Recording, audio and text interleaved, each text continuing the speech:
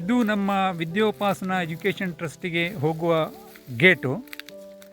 ಇಲ್ಲಿಂದ ಒಂದು 2 ನಿಮಿಷದಲ್ಲಿ ವಿದ್ಯೋಪಾಸನಾ ಎಜುಕೇಷನ್ ಟ್ರಸ್ಟ್ನ ಕ್ಲಾಸ್ ರೂಮಿಗೆ ತಲುಪಬಹುದು.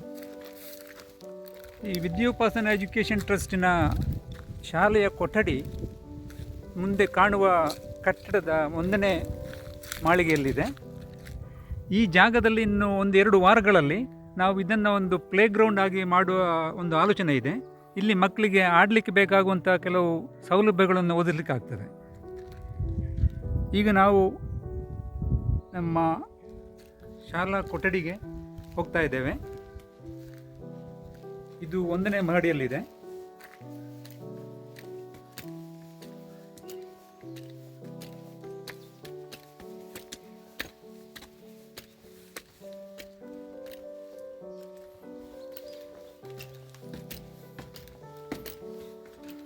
ಇದು ಶಾಲಾ ಕೊಠಡಿಯ ಸಿಂಹಾವಲೋಕನ. ಇಲ್ಲಿ 15ರಿಂದ 20 ಜನ ಮಕ್ಕಳಿಗೆ ಕೂತ್ಕೊಳ್ಳೋ ಒಂದು ಸೌಕರ್ಯವನ್ನು ಮಾಡಿಕೊಟ್ಟಿದ್ದೇವೆ. ಮಾತ್ರವಲ್ಲ, ಇಲ್ಲಿ 2 ಬ್ಲ್ಯಾಕ್ ಬೋರ್ಡ್ ಇವೆ, ಒಂದು ಟೇಬಲ್ ಮತ್ತೊಂದು ಚೇರ್ ಇದೆ ಅಧ್ಯಾಪಕರಿಗೆ ಕೂತ್ಕೊಳ್ಳಲಿಕ್ಕೆ.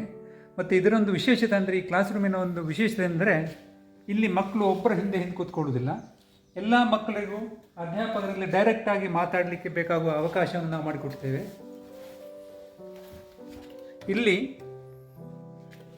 ಇಲ್ಲಿ ಒಂದು ಚಿಕ್ಕದಾದೊಂದು ರೂಮ್ ಇದೆ.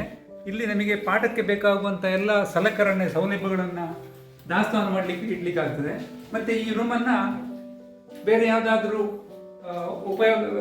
ಉಪಯೋಗವನ್ನು ಮಾಡ್ಬೋದು.